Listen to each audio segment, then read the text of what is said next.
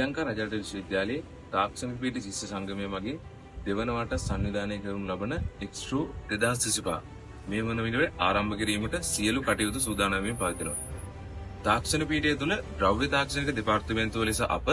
එක්ස්ට්‍රෝ 2025 ප්‍රදර්ශනය තුළ ද්‍රව්‍ය තාක්ෂණයේ නම සොයා ගැනීම ඒ වගේම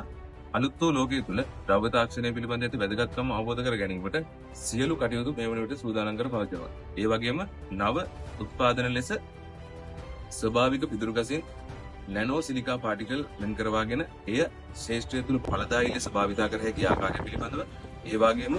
කීටෝන් නැමැති ස්වභාවික රසායන වෙන් කරවාගෙන එය ශේෂ්ත්‍රය තුල ඵලදායී ලෙස භාවිත කළ හැකි ආකාරය පිළිබඳව ඒ වගේම කර්මාන්ත ශාලාවලින් ඉවතලන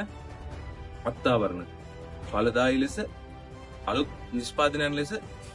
වෙළඳපොළට ඉදිරිපත් කිරීම සඳහා ඒ යොදාගත හැකි ආකාරය පිළිබඳව ඒ වගේම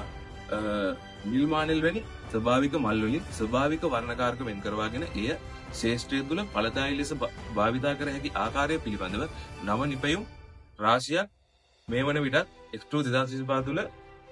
ඔබ සියලු දෙනාට ප්‍රදර්ශනය කිරීමට සියලු කටයුතු අප සූදානම් කරමින් පවතිනවා. ඒ වගේම සියලු දෙනාටම ආරාධනා කර සිටිනවා අලුත් වූ ලෝකයේ තුල මේ ද්‍රව්‍ය තාක්ෂණික දෙපාර්තමේන්තුව තුල දැනුම විනෝදාස්වාදයේ සපිරි ද්‍රව්‍ය තාක්ෂණික දෙපාර්තමේන්තුවක් ආයත් කරන ලෙස සියලු දෙනාටම ආරාධනා කර සිටිනවා.